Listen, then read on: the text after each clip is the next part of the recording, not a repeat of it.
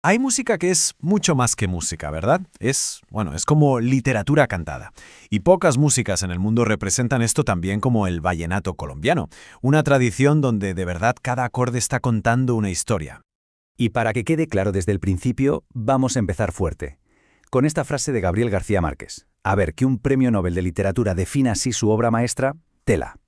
Nos está diciendo que el vallenato no es solo para bailar, es una forma de contar el mundo, una crónica cantada tan profunda como la mejor de las novelas.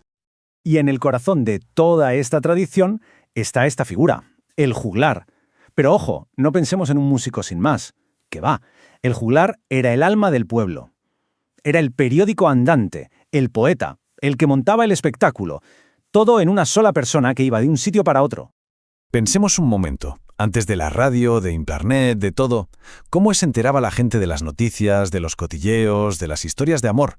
Pues en la costa caribeña de Colombia la respuesta era muy sencilla, con el vallenato.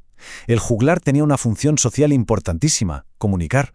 Exactamente. Es que sus canciones no solo contaban noticias, eran el disco duro de la memoria de la gente. Cada canción era un trocito más del gran puzzle de la identidad de la región. Me encanta esa idea de un mapa sentimental, porque es que es justo eso lo que dibujaban con su música. Y lo más fascinante de este sonido es de dónde viene. Es una mezcla, un mestizaje puro. Y se ve perfectamente en sus tres instrumentos principales. Fijaos, el acordeón, que llegó de Europa, la caja, con esa percusión de raíz africana, y la guacharaca, que es pura herencia indígena. 3 continentes en una sola canción. Es una pasada. Vale, pues vamos a meternos más a fondo con la figura del juglar original. Porque no era un especialista en nada. Era un artista total, un auténtico hombre orquesta que llevaba toda la tradición musical encima. Mirad la lista, es que es increíble. No solo tenía que componer, cantar y tocar el acordeón, que ya es. No, además era el cronista, el que traía las noticias frescas, y por si fuera poco, se batía en duelos de improvisación, las famosas piquerías, para ver quién era el más ingenioso. Una versatilidad brutal. Y si hay un nombre que personifica todo esto, es el de Francisco el Hombre Moscote, un tipo que existió de verdad, de carne y hueso, allá por el siglo XIX. Pero su vida fue tan de película que al final la realidad se mezcló con la ficción y se convirtió en el gran mito fundacional del vallenato. Y aquí está el centro de su leyenda. Cuentan que una noche se encontró con el mismísimo diablo, que le retó a un duelo de acordeones. Cuando Moscote estaba a punto de perder, ¿qué hizo?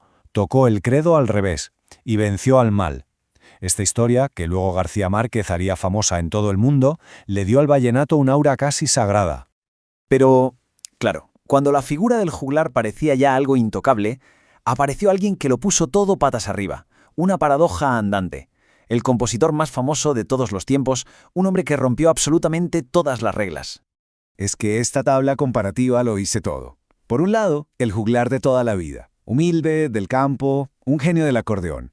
Y en la otra esquina, Rafael Escalona, de familia bien, con estudios, y lo más fuerte de todo, no sabía tocar ni un solo instrumento. Era lo contrario al juglar, su antítesis. Entonces, ¿dónde estaba su truco? Pues en la palabra. Se centró única y exclusivamente en las letras. Cogía los cotilleos, los sucesos de cada día y los convertía en crónicas para la eternidad. Les dio una elegancia y una poesía que sacaron al vallenato del campo y lo pusieron de moda en todo el país. Claro, el modelo de Escalona, el del compositor puro, junto con la fama creciente del vallenato, hizo que la figura del juglar se rompiera.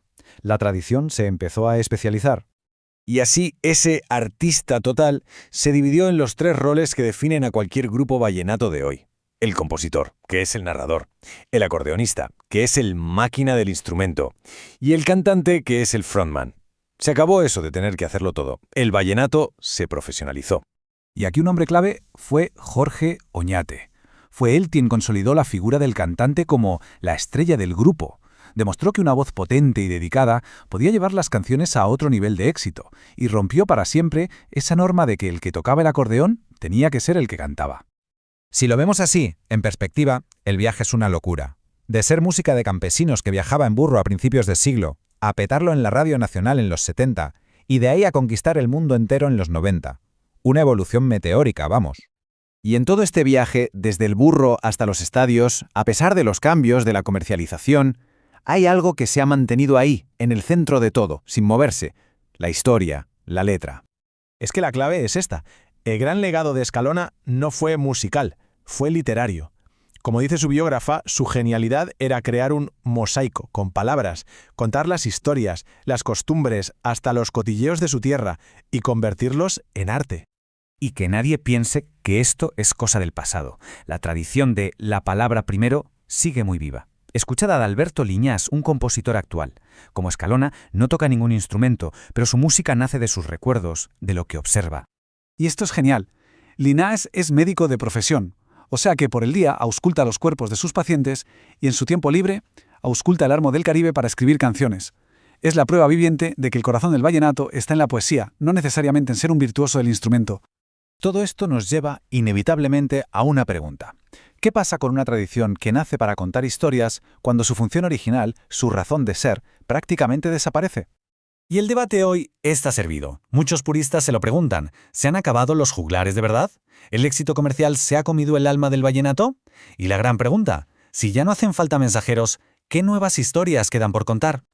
Y con esta reflexión terminamos. El juglar era el que llevaba las noticias a un mundo desconectado. Hoy vivimos saturados, ahogados en información. Entonces, ¿para qué sirve ahora un narrador vallenato? Quizás su misión ha cambiado. Quizás ahora no se trata de contarnos lo que pasa, sino de ayudarnos a sentir y a recordar lo que de verdad importa. Ahí queda eso.